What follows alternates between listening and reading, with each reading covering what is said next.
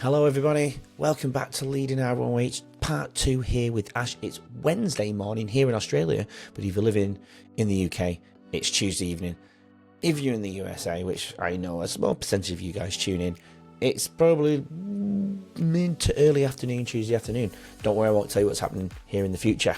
Anyway, here back with Ash Butters. If you caught part 1, you know we're just getting started. Today, we're going even deeper into Ash's recovery journey. How breathwork, self-discovery and embracing discomfort have been game changers for her. We talk about her plans to help others through retreats and workshops and how her childhood experiences shaped the woman she is today. It's absolutely incredible, so inspiring. There's plenty of laughter, honest reflection and actionable wisdom in this episode for everyone, including myself. It's just absolutely incredible. I love it. Love her. She's absolutely amazing. Anyway, let's jump back in with Ash Butters. Here we go. Oh, and please don't forget to press the follow button right now. Go and do it. Cheers, you guys. Here's Ash. Before we dive in, I want to give a big, massive shout out to our now new proud sponsor, Eshu Skincare, a brand that truly aligns with Leading Our Own Way. This Australian-born company is dedicated to keeping skincare simple, effective, and straightforward. They've made waves in the US, even landed in Macy's and over 300 stores, and now they're back with a renewed focus on healthy skin and real results. If you want authentic skincare that fits your lifestyle, check them out in the show notes. Thanks to Eshu Skincare for supporting real stories and mental fitness on Leading Our Own Way. And if you're interested in sponsoring like Eshu Skincare, drop us a message. We'd love to connect. All of that was born from rising from the ashes, surviving what was at times, quite a traumatic childhood, to the woman I am today, and wanting to inspire millions of people around the world to know that, like I said, if I can change, then so can you. Love it. And I think that, again, is just the perfect timing to go to where this all began, because I remember you saying in the pre-tech that you spent 30 years running away from yourself. Yeah. Let's go back to childhood then, because that's a beautiful point, because I love sharing the root of everyone's journeys, And I think it's so important because the people that we are today, for better or worse, are influenced by those formative years and the experiences that you have. So I grew up in an alcoholic home. And what was really interesting about that experience for me was that, again, funnily enough, from the outside looking in, you would have thought everything was fine. I had 2 parents, they were married, they loved each other very much, but they also fought as hard as they loved. And there was a lot of drinking, but there was also a lot of laughter and fun and joy. And I remember it was never so much while my parents were drinking that I found it to be challenging, although that at times could be quite scary. It was normally the day after when, they'd had a fight the night before, they weren't talking to each other anymore, and I would get up out of bed in the morning and it was like you could cut the tension with a knife. And so from a very, very young age, I was hypervigilant and I learned how to become a chameleon. As I mentioned, I would change my personality, to be whoever I needed to be in any given situation so that you would love me. And I had learnt how to do that because of this family environment, wanting to be the peacekeeper. I had an older brother. For some reason, I took it upon myself as needing to be the glue that would hold our family together. I remember my mum and dad would fight and mum would go into her room and she would have this bowl of eucalyptus oil that she would get under the covers with. And I remember being, 2-3 years old, getting into bed with her and like rubbing her back and, trying to look after her. So I had a lot of confusion growing up as a child. My brother was really gifted with sports as well. So he played a lot of state cricket and football. And my family was incredibly sporty. Shocker, I am not. I absolutely don't have a sporting bone in my body. And so, again, I started to get all these reinforcing messages that I didn't fit in. I wasn't a part of my family. I was unworthy. I was unlovable. And I remember growing up, spending weekends at the sports oval. And my mum would give me money to go to the canteen or the tuck shop or whatever it was at the time. and I would buy a bag of lollies, or I'd go to the Mr. Whippy van and get an ice cream, and I would just sit there and binge on food. And that was really my first addiction. It was the first time that I had found a substance that was outside that I could put inside that would make me feel better. Yeah, it's like the start of the addiction. As you mentioned, I know you with the binge eating as well, the pleasure eating. And so what was really confusing was that was like, as I mentioned, I just didn't know who I was, because I didn't feel like I fitted in my family. There was a lot of tension and chaos going on at home between my mum and dad, a lot of arguing. And then I went to school, and one of the ways that I thought I could compete with my brother was to try to be really academic and really musical, two things that he wasn't leaning into that much. And I started getting a lot of praise and validation for those things. And so I really lent into that. And, one thing I've been writing about in the book recently is, at one stage I was playing the piano, the viola, the flute, the saxophone, the harp, and I was singing competitively, like around the world in choirs. Like, that's just to give you a touch of like how extreme my perfectionism and like type A personality was.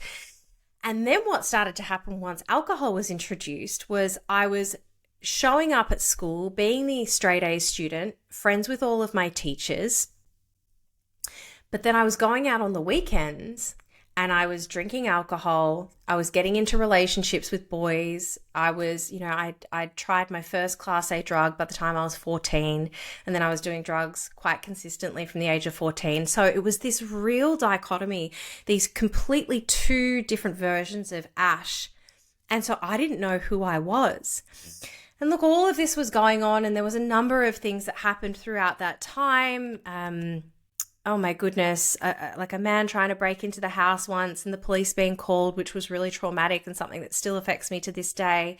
Then there was a boy that came to the school with a knife and we got locked down while we were in a dress rehearsal for one of the musicals. Lots of these micro traumas. But at the time, I kept just brushing it off, thinking, oh, that's just life. Then my boyfriend's brother died of a heroin overdose. And I kept thinking, oh, that's just life, that's just life. And it wasn't until I was in rehab that I was 32 years old, sitting in that room, and I had been given a task, an exercise to create what they call a timeline. And so it's from 0 to 17, and you had to map out each of these, what you would classify as traumatic events in your life. And I remember thinking when I was first given the task, I don't really have anything. What am I going to write? Anyway, so I actually, it was quite crazy. I got this piece of paper and I had all my colored pens out and I was rulers, and like it was, perfect, right? And I took it back into Blue Group, which was my colored group for therapy. And I stood up the front and I presented my timeline like I was standing up doing my year 12 oral assessment for English, like it was like, I use the word perfect because I was trying so hard to be perfect. And the other thing I did the whole time, which I didn't realize I was doing, Andy, was I smiled. And I remember sitting down and folding up the piece of paper and my therapist looking at me just like I'm doing right now. Like, she had no words, jaw to the floor. And she just looked at me concerned and she said, Ash, do you realize that you haven't stopped smiling through that entire life story? That's how disassociated I was from what I was actually saying. And then she had to point out, do you realize that this is trauma? Do you realize that this is trauma? Do you realize that your dad not coming home when you're sitting there at the dinner table and he doesn't come home until the Monday morning and this is a Friday night? That is trauma. And it wasn't until I'd had that validated by somebody who I perceived to be, in an authoritarian position. It wasn't until I had that validated that I actually believed that I was even worthy of using that word, because I had had a roof over my head and dinner on the table at night. I did not think that I had any right to say that my childhood was traumatic. And so that was a huge moment for me to realize that all of these things that I'd been minimizing were actually part of the reason why I found it so incredibly hard to be in my body, to be in my skin, and why I had turned to alcohol as a way to soothe and numb that pain. So going back to that 14, I mean, before I go back to that 14-year-old, like, I get it. You summed it up. I never felt worthy of saying the word trauma either, whether it was from childhood. I had a great childhood, but I didn't grow up with a dad, and I didn't meet him till I was, 9 years old.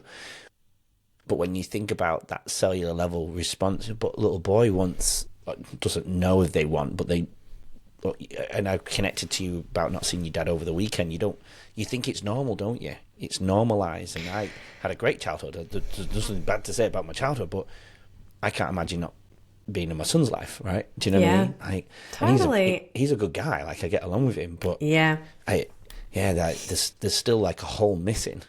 I mean, kids are so resilient, but, Dr. Gabor Mate puts it perfectly when he says they're inherently narcissistic. Yeah. So they make it mean that they've done something wrong. And so every time my parents blew up at each other or were having a screaming match or my dad didn't come home, I would think that it was because I was unworthy. It's really like it leaves like very deep scars. I mean, if you're comfortable to share, and I don't know if you are because we didn't discuss it on the pre-chat, but going back to the 14-year-old, you said Class A. What were you taking, if I can ask? Yeah, I was I started taking speed when I was 14. Where would you have got that at 14? It was a guy that I was dating at the time. It was his brother. Was he older than you? Yeah. And, look, that was the personality I had. I remember the night like it was yesterday. I had been at a friend's older sister's 21st birthday. And I'll never forget this night because as I was leaving the party to go to the Crown Casino to meet up with my boyfriend at the time and his older brother, I fell down a flight of stairs. And I thought to myself, oh, that hurts a bit, but I didn't think much of it. And then I went to the Crown Casino and they were all partying in a hotel room. And I knew that there were drugs there, and I knew that my boyfriend was going to take them, but he kept saying to me, you're not to have any, you're not to have any. And like my personality at the time was like, of course I'm going to. And so I remember sneaking off with his older brother and I had it. And I remember that night, I ended up walking on my foot the whole night, dancing, running around the Crown Casino, getting home at some ungodly hour, obviously without having had any sleep. And I remember at like 10 a.m. looking down at my foot, and my foot was like the Elephant Man, black and blue. I'd broken my foot. Oh my Lord. And I'd walked on it the whole night because, I obviously couldn't feel much. Yeah.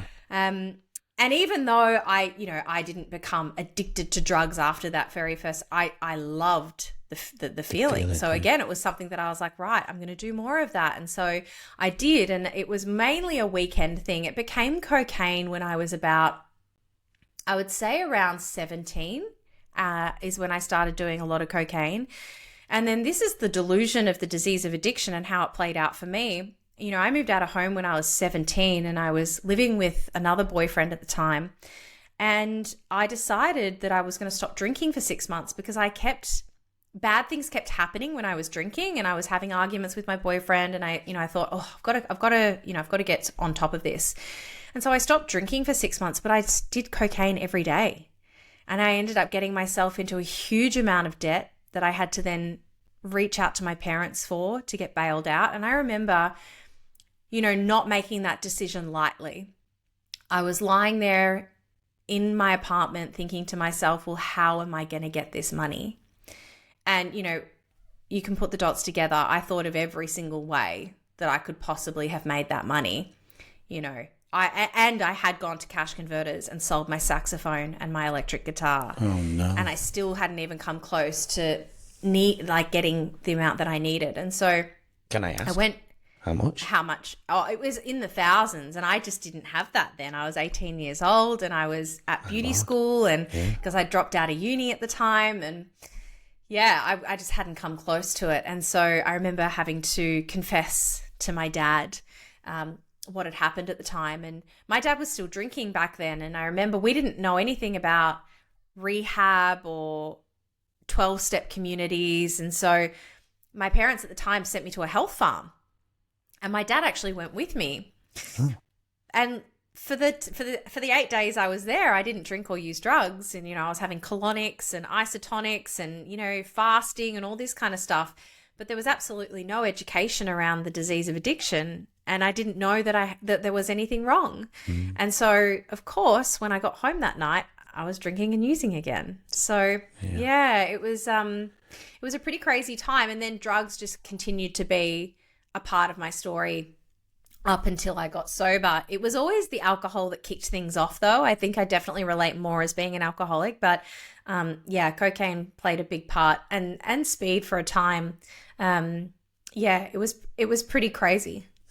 So in that 20-year period then, from 14 to 32 when you got sober, was there anyone on the sidelines?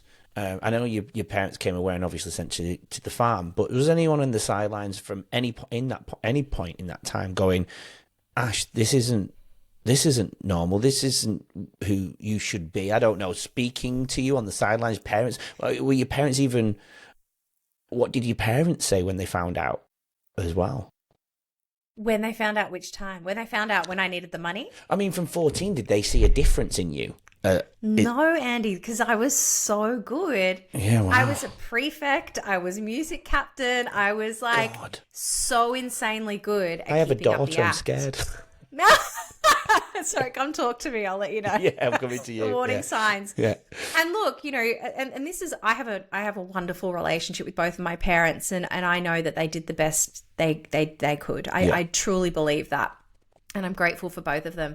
But we did not have a conducive, open relationship where I could bring stuff to them. Yeah. I remember when I was grounded, because I would get grounded. And I would get grounded for like 6 months at a time, which for a teenager was like, I would run away from home. I would do all sorts of whereas I do feel, looking back, I don't have children, but I often say to my friends who have children, just please let them tell you what's going on. Because if you're in fear of being able to tell your parents what's happening, what you've tried, what's going on, I think that it creates an environment where there's a lot of secrecy. And so that is part of what happened there. Not their fault, of course. But I think it was hard because I could never go to them because I knew that I would just get in trouble, and I didn't want to get in trouble. You're so right about keeping an open space and a safe space for them to open it. And that's what we've said to ours, If there's some words you're not aware of, you can come and swear to us because we can teach you about the concept of that word, and things like that. Even today, I sat down at the park with my son. I know it's slightly off, but you'll see the connection behind it. He had an argument at school today about Santa, and he's grade 3. So we knew we were on that borderline of him not believing, but he actually argued with another child that it was not real. And we're like, dude, you can either be involved in the magic or be a part of the magic. So you can either believe in the magic or be a part of and involved with the magic. And that child obviously still believed in him, and he was like, how do you know? I said, well, he actually said that Santa's real, and you told him it's not. So I understand the argument of 2 little boys doing that, but he still believes in that magic, so let him be. So we sat with him and said, look, I was a bit of an adult. I brought him into the adult world, and I said, look, you're clearly there. You're right. Santa isn't real. But we want you to be a part of the journey with us. You've got a little sister who's 4. He's 9, so there's a 5-year gap. And we want her to enjoy the magic for a few more years yet. And we've given him roles now, so he's going to be part of moving the elf around the house. Oh, beautiful. He's going to help us set up the presents and do the flower that represents the snow on the hallway. Yeah. The Christmas. So, and he was like, oh, yeah, of course. So that way he gets to see the love and joy in my daughter's eyes around Santa still being real. So we're involving him in the process, and at the same time he gets to feel not an adult, but he's 9, but feel older than he is, and have some responsibility. Teaching opportunity, right? Like, just make everything a teaching opportunity and a safe space. And absolutely. I'm a big advocate for that with all of the relationships I have in my life, even to this day. So as you were texting, you were ready to go. It was like 10 minutes before that I'd sat down and had that chat. Oh, how beautiful. I know. Anyway, back to us. God, I've lost track now. Where were we at? So your childhood, you had asked whether people had asked if anything, sidelines, people on the sidelines, yeah. Yeah, and I just think, it's really interesting. I identify as an alcoholic, and I have no shame in saying that. I'm proud of being a recovered alcoholic, and anybody who I meet who is a recovered alcoholic, I'm immensely proud of, because I just know how freaking hard it is to get here and to stay here. So I identify with that. And if you identify with being an alcoholic, then you will surround yourself with other people who drink and take drugs the way you do. Yeah. So that you don't have to have those conversations. So I would just say that, my environment, particularly when I did that geographical and moved to Sydney, meant that there wasn't really anyone calling me out. Just taking a very quick break to thank our sponsor, SU Skincare. If you haven't heard of them, SU Skincare started right here in Australia, using Australian ingredients to make skincare straightforward and accessible, especially for men who want results without the fuss. Their journey took them all the way to the US, where they were featured in Macy's and over 300 stores. Now they're back with a fresh approach, focusing on healthy skin and authenticity for everyone. I'm proud to have SU Skincare as a sponsor on Leading Our Own Way. See the show notes for their website and to see how you can keep your skin healthy and confident. And if you're interested in sponsoring like SU Skincare, drop us a message. We'd love to hear from you. Now, right back to the episode. Yeah. So, and again, keeping up appearances, the job, the house, the husband, like, why would anyone think anything apart from, maybe the fact that I was putting on weight and looking puffy and red and things like that? Like, I hadn't lost any of the big things, which I think is kind of what people associate with that rock bottom, right? Yeah.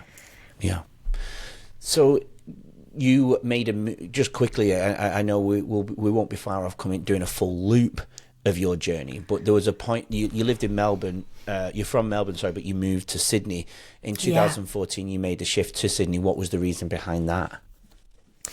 Yeah, I joke that I had sufficiently blown up my life in Melbourne and that I needed to leave with my tail between my legs. The long version is that, there was a period from around 21 to 25 where I was in a relationship with a really, really wonderful man. He was very healthy. He was very functional. He had a beautiful family. And that was the season of my life where I actually went back to university. I got my journalism degree.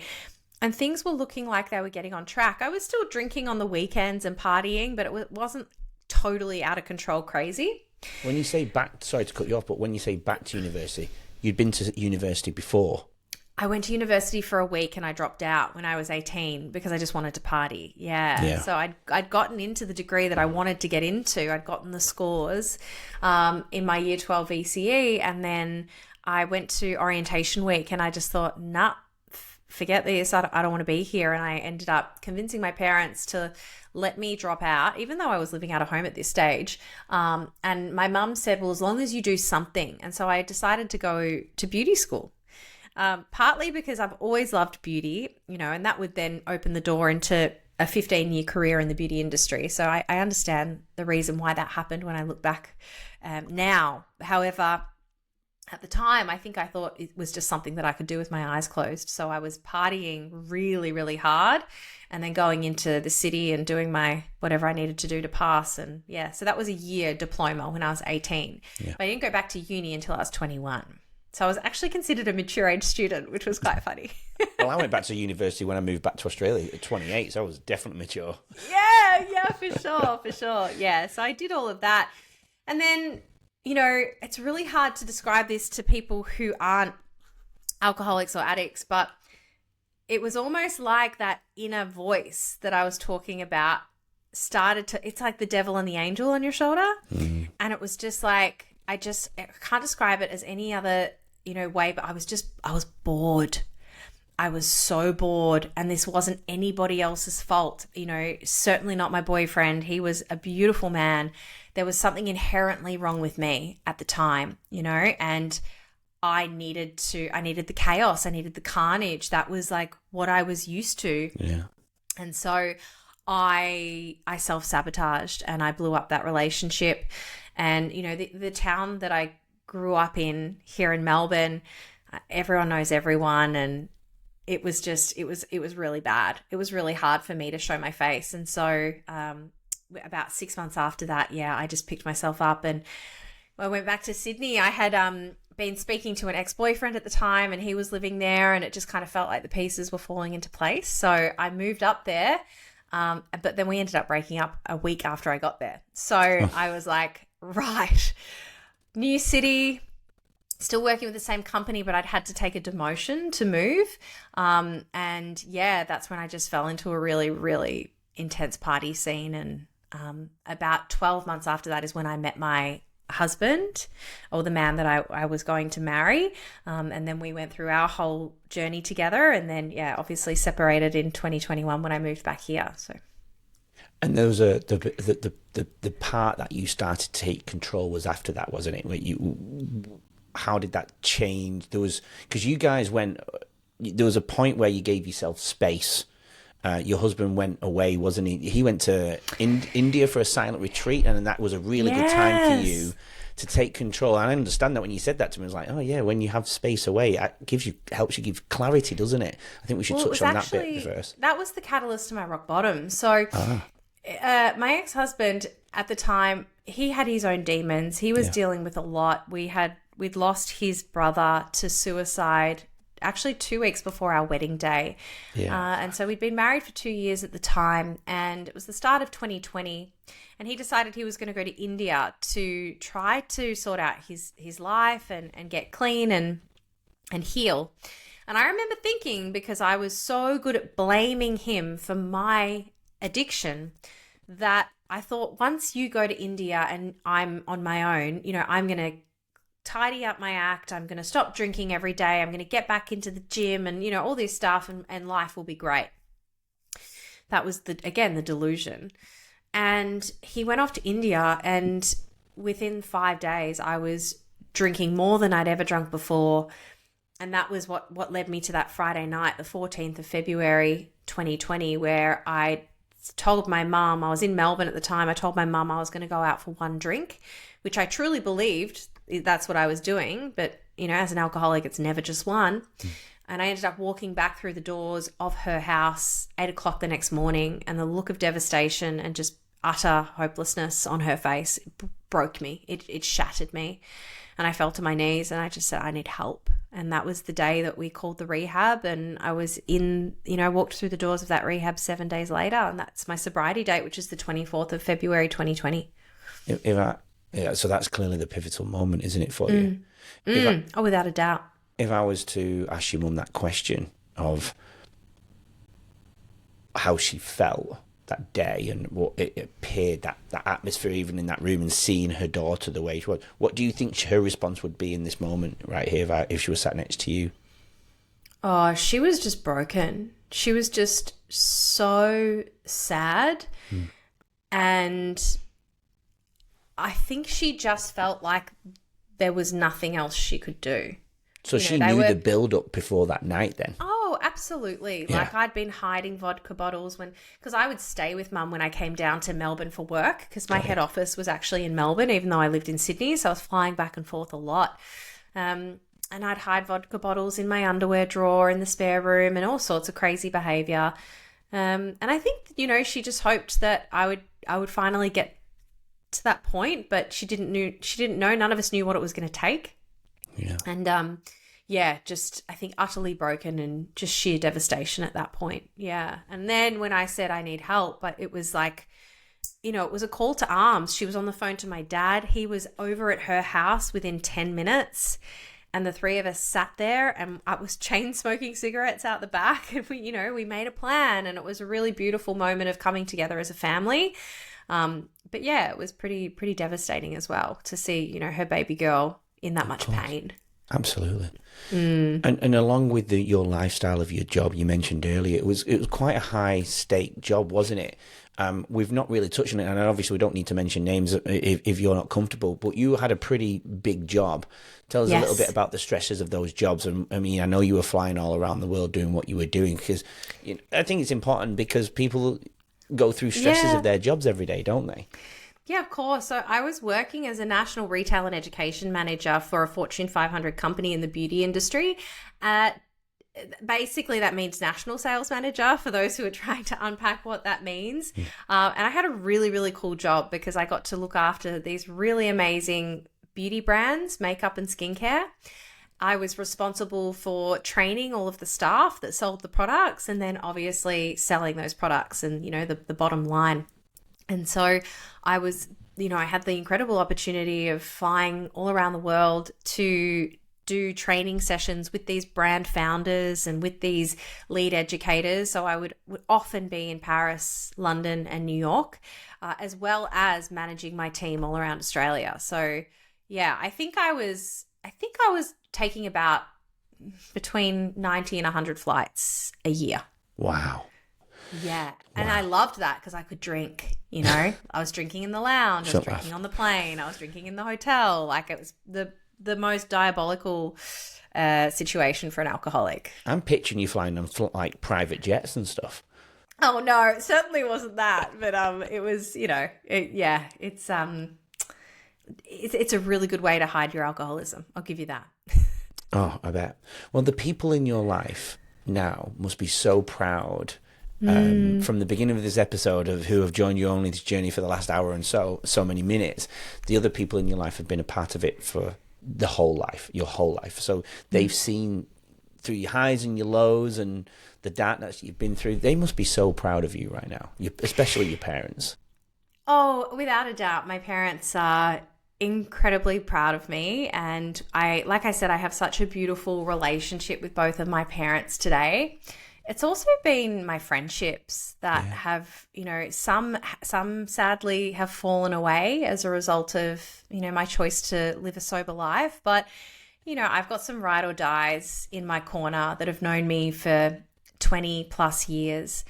And the relationship I have with those women now and the authenticity in our relationships, like we don't sit down and have a wine and get pissed together now. Yeah. We sit down and we talk heart to heart. There's no substance blurring the edges or numbing that connection. You know what I mean? Like it's really raw and authentic. And it's the same with my relationship. I got married earlier this year and my partner doesn't drink and it's just so, oh, yes. So we actually eloped, but that photo is from our civil ceremony. So we legally got married and then we flew to Europe to elope. For those who are just listening, I'm holding a picture of the pair. And he's holding up a photo. Yeah. So, it's just, I love the fact that those, there's people that have seen the transformation that have said to me, we prefer this version. Like this version of you is so cool, Ash. Like we love this version of you. And that's really nice to know because there was a part of me that was so scared about being sober and losing friends and, who was I if I wasn't the party girl? Like it's a real, shattering of identity. Yourself, yeah. I mean, it's interesting because a lot of my guests who have done these big trajectory changes, positive pivotal moment changes and now giving to the world in some shape or form, they've lost a lot of people that they cared about because they don't offer the same service anymore in their life. They don't offer the same discussions or because they're not in a space to move on or change or improve maybe. I don't know. I find that even with the podcast, I've had a lot of people on my journey and separated because I've changed it into this. I see where that takes place in a lot of people's lives, unfortunately. Yeah. And, one thing I truly believe is that every time someone leaves your life, it makes a beautiful opening for someone new to step in and to trust God's timing with that is really lovely. Well, Ash, this is absolutely a beautiful journey and I've loved sharing it. If there's anything that you think we've missed and would still like to share, is there anything you think we've missed from your journey? Oh my goodness. Look, I feel like we've given it a good overview. There's obviously being deep in writing my memoir, there's, so many stories within the overarching story. But I think that, we've covered a lot of what it was like, what happened and what it's like now. So thank you so much for having me, Andy. This has been awesome. Well, I've just got a few more final questions for you. Fabulous. I'm ready. With the book, I know that's your future plans, but for Ash Butters, is there any other beautiful future plans for yourself?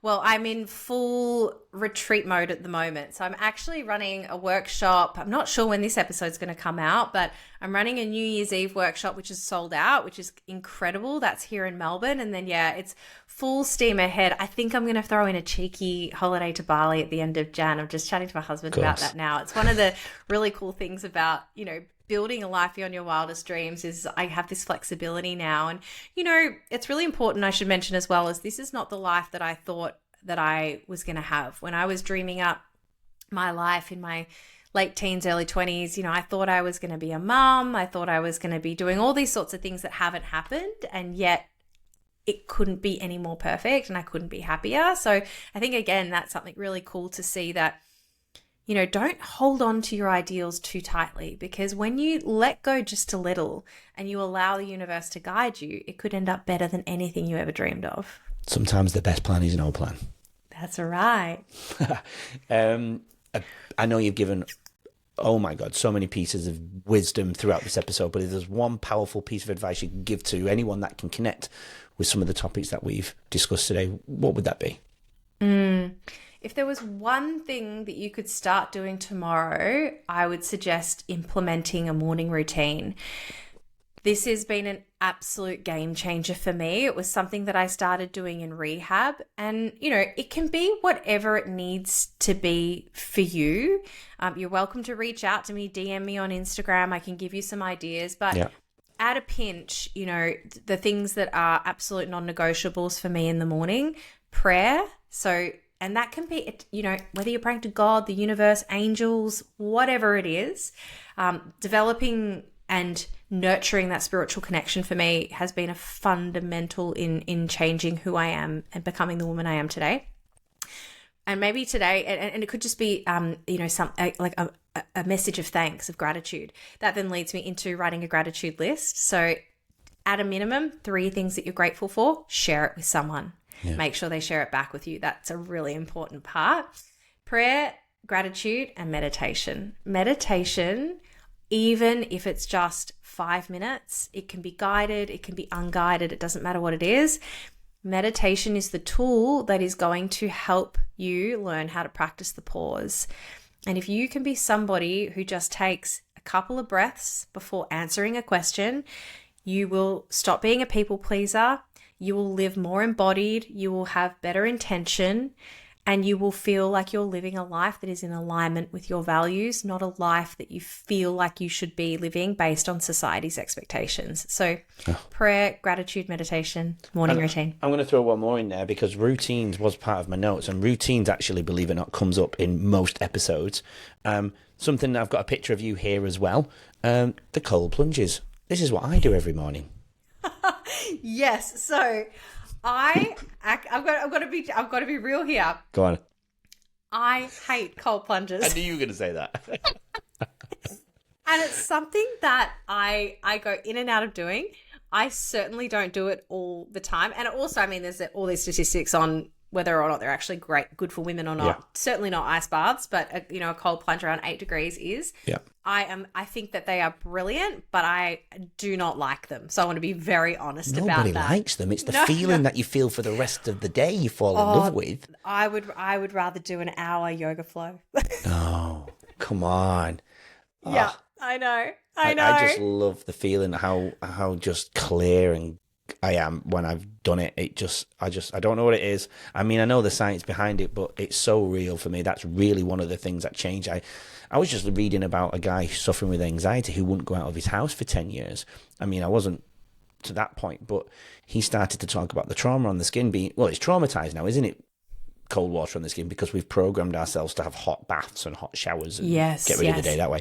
So, but hundreds of years ago, we would just cold plunge every day. Right? Because we didn't have heating. We didn't have hot showers. We didn't have hot baths. We'd have to bathe in the cold. And we've gone so far away from that. We've programmed to be comfortable, really comfortable. And really, I've got a neuroscientist, Paul Taylor, who I've interviewed on here as well. He's got a book called Death by Comfort.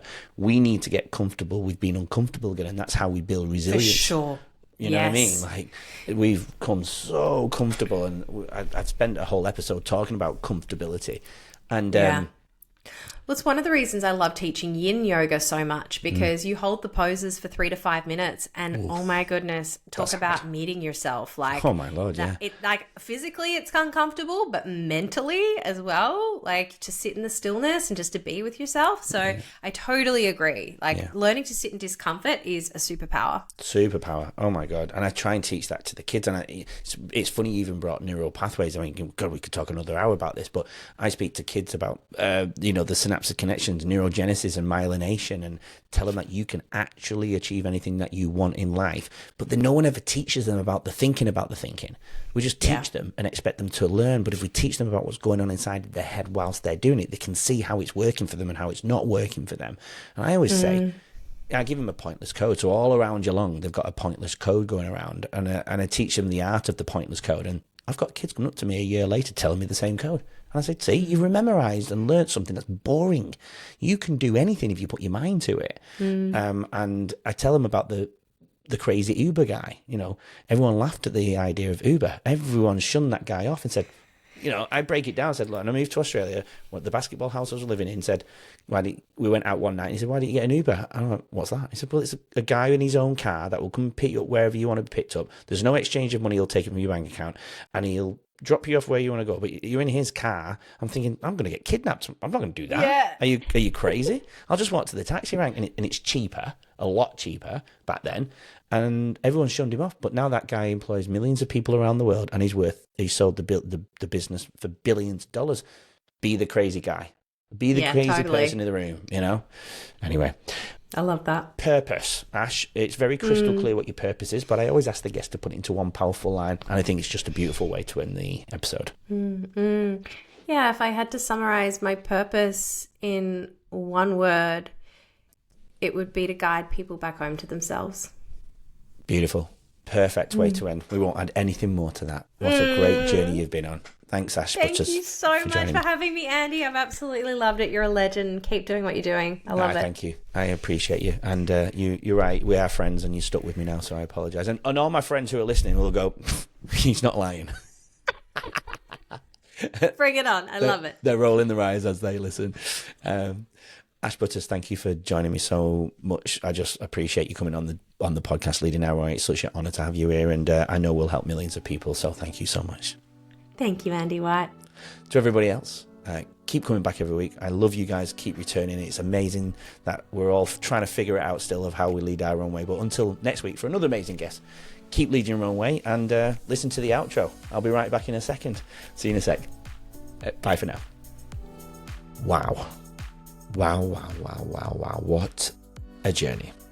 Ash Butter's story and journey is a living example of the power that comes from owning your truth and choosing to lead your life with courage. She's shown us that transformation is possible, even in the face of adversity, and that each of us has the ability to create change, not just for ourselves, but for those who are around us. That's what Leading Our Own Way is all about. Stepping up, sharing our stories, and lighting the path for others to do the same. If you found value in today's episode, though, please share it. Leave a review and connect with us on the socials if that's possible. And if Ash's story inspired you, reach out. Your story matters too. Until next time, though. Oh, and I must say, I'll put all of the details in the show notes if you wish to connect with Ash further and join her on her podcast, Behind the Smile. Anyway, don't forget, keep leading your own way. And remember, every step forward, no matter how small, is powerful. Have a great weekend. Make sure you come back next week for another amazing guest. Until then, keep leading your own way. Have a great week. Thanks for listening and watching Leading Our Own Way. So we can stay together forever and share more incredible journeys, please subscribe to the channel. That way you won't miss next week's episode and what that amazing guest has to offer to the world. Please support Leading Our Own Way, and we'll get you on next week's episode.